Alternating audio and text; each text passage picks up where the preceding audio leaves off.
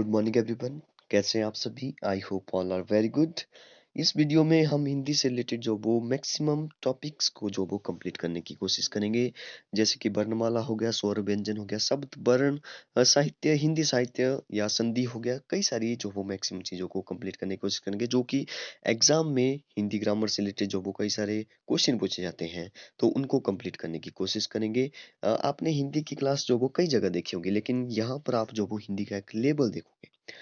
हम चीज़ों को जो वो प्रैक्टिकली साइंटिफिकली देखने की जो वो समझने की जो वो उनको कोशिश करेंगे। देखिए इस स्लाइड को जो वो तैयार करने के लिए लगभग मुझे जो वो 5 से 6 दिन जो वो लगे, लेकिन मैं ज़्यादा टाइम नहीं दे पाता था। लगभग 1-2 घंटे ही जो वो दिन में दे पाता था। अगर मैं कंटिन्यू बैठता तो मुझे जो वो लगभग 7 से 8 घंटे तो लग जाते। ठीक है? तो बहुत ही मेहनत लगी है इसको बनाने के लिए, तो इसको जो वो शेयर भी करिएगा सबके साथ। अ, तो चलिए ज़्यादा विलंब ना करते हुए स्टार्ट करते हैं अपनी क्लास को। आपको जो वो कहाँ पे काम आएगा, तो हिंदी से रिलेटेड आपको जो जो जिस एग्ज़ाम में जो पूछा जाता है, वहाँ पे जो वो आपको यहाँ से क्वेश्चन देखने को मिलेंगे। ओके, तो चलिए स्टार्ट करते हैं। सबसे पहले बात करते हैं, हिंदी है हम, वतन है हिंदुस्तान हमारा। ये जो वो किसके शब्द हैं? देखिए यहाँ पे जो वो आपको शायद नहीं दिखने वाला है, बहुत ही छोटा-छोटा दिखेगा, लेकिन आपने जो वो यहाँ पर देखना नहीं है, आपने सिर्फ सुनना है। ठीक है? मैं यहाँ पे देखूँगा, मुझे जो वो यहाँ पे दिख जाएगा। मेरा एक फ्लो बना रहेगा। ठीक है? आपने जो वो इस पर सुनने पे ज़्यादा ध्यान देना है। ठीक है? तो सबसे पहले हिंदी है हम, वतन है हिंदुस्तान हमारा। तो ये जो वो किसके शब्द हैं या किसने लिखा था ये लाइनें, तो ये लिखी थी इकबाल ने। ठीक है? तो यहाँ पे मैं कई सारी जो वो छोटी-छोटी चीज़ें आपको बताऊँगा, जो कि डायरेक्ट थी आपके एग्ज़ाम के पॉइंट ऑफ व्यू से इम्पोर्टेंट होने वाली है। ठीक है? सबसे पहले बात करते हैं कि हिंदी शब्द जो वो कहाँ से आया। हिंदी के बारे में पढ़ रहे हैं, तो हिंदी शब्द के बारे में ही सबसे पहले जानने की कोशिश करते हैं। हिंदी शब्द, देखिए हिंदी शब्द जो वो एक फ़ारसी शब्द है। ठीक है? और किसकी देन है? ईरानी लोगों की ये देन है। ठीक है? हिंदी जो वो किसने ईरानी लोगों की देन है। तो ये जो वो किसका रूपांतरण है? रूपांतरण मतलब पहले जो वो शब्द संस्कृत का था, संस्कृत मतलब सिंधु था, तो फ़ारसी रूपांतरण है हिंदी। ठीक है? सिंधु का जो ये है फ़ारसी रूपांतरण है हिंदी। ठीक है? कैसे बना? देखिए सिंधु, आपने जो ऋग्वेद में भी इसका ज़िक्र मिलता है सिंधु नदी का। तो सिंधु नदी के आस-पास जो वो कई सारे लोग रहते थे। ठीक है? सिंधु नदी के आस-पास कई सारे लोग रहते थे, तो इसको जो वो सिंधु नदी के आस-पास लोग रहते थे, उसको इसलिए उसको जो वो सिंध देश बोला गया। क्या बोला गया? सिंध देश उसको बोला गया, और जो भी लोग वहाँ पे रहते थे, उनको जो वो सिंधिक बोला गया। ठीक है? उनको जो वो सिंधिक बोला गया। देखिए कई चीज़ें मैं यहाँ पे लिख दूँगा, जो कि आपको देखनी है अच्छे से। उनको जो वो देखिए सिंधु नदी के आस-पास जो भी लोग रहते थे, उसको जो वो सिंध देश बोला गया, और जो भी लोग रहते थे उनको जो वो सिंधिक बोला गया। फिर बाद में क्या हुआ कि देखिए यहाँ पे कौन-सा प्रत्यय है? इक प्रत्यय है। ठीक है? इक प्रत्यय है। लेकिन बाद में क्या हुआ, ये जो क है वो साइलेंट हो गया, मतलब कि इसको जो वो हटा दिया गया। वो जो वो सिर्फ़ क्या बोला उसने? सिंधी ही बोलने लगे। ठीक है? देखिए ईरानी लोगों ने क्या बोला, जैसे हम लोग बोलते हैं ना कई बार, जो वो स को अम ह बोल देते हैं और ध को द बोल देते हैं। तो वैसा ही कई सारी जो वो अपनी-अपनी लैंग्वेज होती है, कई सारे नहीं बोल पाते हैं, ठीक है? उन्होंने पहले नहीं बोला होता, तो उनको बोलने में थोड़ी-सी परेशानी होती है, मुश्किल हो जाती है। तो ईरानी लोगों ने स को हो ह बोलते थे वो, ठीक है? स को ह बोलते थे, और ध को द बोलते थे। इसलिए देखिए यहाँ पे सिंधी है, तो सिंधी स से ह बन गया ह, और ध सिंधी द ध से द बन गया। इसलिए सिंधी का बन गया हिंदी। ठीक है? तो ऐसे इसका जो वो संस्कृत शब्द था सिंधु, इसका जो फ़ारसी रूपांतरण हो गया, तो हिंदी ईरानी लोगों ने जो वो इसको जो वो सिंधी बोला। अब बात करते हैं नेक्स्ट, हिंदी मतलब कि हिंदी कैसे लिखें हम लोग? देखिए कई बार जो वो ऐसे लिखा जाता है हिंदी, कई बार जो वो ऐसे लिखा जाता है हिंदी। ठीक है? मतलब कि यहाँ पे जो वो बिंदी लगा दी जाती है। ठीक है?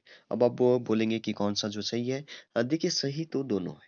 ठीक है? सही तो दोनों है। पहले जो वो हिंदी को आधा न यहाँ पे लिखा है बीच में, तो आधा न लिख के जो वो इसको ऐसे लिखा जाता था। लेकिन अब क्या हुआ? अब जो वो टाइम के साथ-साथ बदलना शुरू हो गया। इसको जो वो और आसान करने के लिए कि आधा ना ना लगाएँ, यहाँ पे टाइम वेस्ट हो जाएगा, या मतलब कि चीज़ों को आसान करने के लिए ऐसे समझ लो आप, कि यहाँ पे जो वो बिंदी भी लगा दी जाएगी। ठीक है? ना मतलब कि आधा ना की जगह जो जो वो यहाँ पे बिंदी लगा दी, तो है तो दोनों सही, लेकिन पहले जो वो ऐसे आधा ना लिखते थे, अब जो वो ज़्यादातर हिंदी ऐसे लिखते हैं बिंदी लगा कर के। ठीक है? अब जो वो हम लोग हिंदी भाषा का एक विकास क्रम देखेंगे। सबसे पहले देखिए हिंदी की जो जननी है वो है संस्कृत। ठीक है? क्योंकि संस्कृत शब्द ही था सिंधु, तो संस्कृत है सबसे पहली ही सबकी जो जननी है। ठीक है? तो संस्कृत के बाद आया देखिए इसको भी आप याद रखिए, कई बार यहाँ से भी क्वेश्चन पूछा जाता है कि सबसे पुराना कौन है? फिर जो वो विकास क्रम के साथ संस्कृत के बाद क्या आया? संस्कृत के बाद जो वो पाली, फिर जो वो प्राकृत, अ, उसके बाद जो वो अपभ्रंश, अपभ्रंश को जो वो अबहट भी बोल देते हैं, अबहट भी इसमें इसमें भी आता है। ठीक है? अबहट और उसके बाद आता है हिंदी। ठीक है? देखिए संस्कृत, पाली, प्राकृत, अपभ्रंश या अबहट और उसके बाद आता है हिंदी। तो इस क्रम को भी आप याद रखिए। अब बात करते हैं हिंदी वर्णमाला की। हिंदी वर्णमाला में जो वो इसकी जो भाषा की इकाइयों की बात करते हैं तो सबसे पहले यहाँ पे मैंने लिखा ध्वनि। ध्वनि हो गया, उसके बाद हो गया वर्ण, वर्ण या अक्षर भी इसको बोलते हैं, अक्षर। उसके बाद शब्द, उसके बाद शब्द बना और शब्द के बाद जो वो पद बना, पद मतलब कि रूप, पद या रूप इसको बोल सकते हैं। फिर जो वो वाक्य, ठीक है? अब आपको क्वेश्चन कैसे पूछा जाए? क्वेश्चन पूछा है कि भाषा की लघुत्तम इकाई कौन-सी है?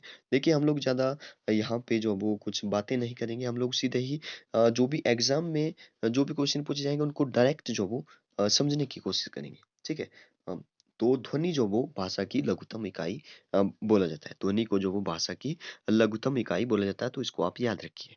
देखिए सबसे पहले हमने देखा ध्वनि, वर्ण, अक्षर देखा, उसके बाद जो वो शब्द है यहाँ पे और फिर पद रूप है, फिर उसके बाद वाक्य है, ठीक है? ध्वनि को बोला हमने सबसे भाषा की सबसे लघुत्तम इकाई, ठीक है? अब नेक्स्ट आया वर्ण और अक्षर, इसको क्या बोलेंगे? वर्ण और अक्षर जो वो लिखित लघुत्तम इकाई है, ठीक है? भाषा की लिखित। देखिए ध्वनि तो जो है वो लिखित नहीं है, लेकिन वर्ण या अक्षर जो वो लिखित है, मतलब कि लिखित लघुत्तम इकाई है। तो आपको ऐसे क्वेश्चन पूछा जाता है, यहाँ पे आपने कन्फ्यूज़ नहीं होना है। अगर आपको पूछा जाए कि भाषा की लिखित लघुत्तम इकाई कौन-सी है, तो वर्ण या अक्षर है। अगर भाषा की लघुत्तम इकाई ही बोला जाए तो ध्वनि है, ठीक है? अब बात करते हैं नेक्स्ट शब्द की। शब्द क्या है? शब्द जो वो सार्थक लघुत्तम इकाई है, ठीक है? सार्थक लघुत्तम इकाई है, ठीक है? तो इसको भी आप याद रखिए। नेक्स्ट पद और रूप। पद और रूप जो वो व्याकरण की जो वो अ, व्याकरण की दृष्टि से भाषा की लघुत्तम इकाई है। पद और रूप जो वो व्याकरण की दृष्टि से भाषा की जो वो लघुत्तम इकाई है। ठीक है, नेक्स्ट आता है लास्ट वाक्य। तो वाक्य जो है वो भाषा की पूर्ण लिखित इकाई है। तो देखिए यहाँ से क्वेश्चन जो वो पक्का बनने वाला है। देखिए यहाँ पे अगर आपको पूछा जाए कि भाषा की पूर्ण लिखित इकाई कौन सी है तो वाक्य है। अगर आपको पूछा जाए कि व्याकरण की दृष्टि से भाषा की लघुत्तम इकाई कौन सी है व्याकरण की दृष्टि से तो पद और रूप है। और वर्ण और अक्षर क्या है? वर्ण और अक्षर अक्षर है लिखित लघुत्तम इकाई। अगर आपको डायरेक्ट ही पूछा जाए कि भाषा की जो वो लघुत्तम इकाई कौन-सी है? तो ध्वनि है। ठीक है? आई होप कि आप समझ गए होंगे। नेक्स्ट हम बात करेंगे वर्ण की। वर्ण क्या होता है? तो वर्ण होता है जिसका जो वो खंड ना किया जा सके। खंड का मतलब होता है जिसको जो वो तोड़ा ना जा सके। जिसका खंड ना किया जा सके मतलब कि जिसको तोड़ा ना जा सके। देखिए वर्ण जो वो 2 प्रकार के होंगे। 2 प्रकार के वर्ण हम लोग पढ़ने वाले हैं, स्वर और व्यंजन। स्वर को बोलते हैं अच्चम और व्यंजन मतलब कि हलंत युक्त होता है व्यंजन। देखिए जैसे एग्जांपल के लिए मैं यहाँ पे क लिख रहा हूँ, या मैंने लिखा क और नीचे लगा लिया हलंत, ठीक है? अब इस क का मतलब है कि ये आधा क है, ठीक है? इसको जो वो अब तोड़ा नहीं जा सकता, ठीक है? क के नीचे जो वो हलंत लग गया, इसका मतलब है इसको तोड़ा नहीं जा सकता क्योंकि ये पहले से ही आधा है। इसको पहले से ही इसका जो वो मतलब कि 2 पार्ट कर दिए गए हैं, क जमा अ। क सॉरी यहाँ पे मैंने हलंत लगा लिया क जमा अ, तो यहाँ पे नीचे क के नीचे हलंत लगा है मतलब कि आधा है। जब इसके साथ अ लग गया तो ये पूरा क बन गया। ठीक है? तो ऐसे जो वर्ण होते हैं जिनको जो वो तोड़ा ना जा सके। देखिए इसमें हम देखेंगे कि जो स्वर है वो कितने हैं या व्यंजन जो वो कितने हैं, वर्ण जो वो कितने हैं, तो कई जगह जो 44 होता है, कई जगह 42 होता है, कई जगह 52 तो वहाँ पे भी चीज़ों को समझने की कोशिश करेंगे कि क्यों जो वो 44 होता है, क्यों 42 होता है। ठीक है? तो दिस इज़ द एंड।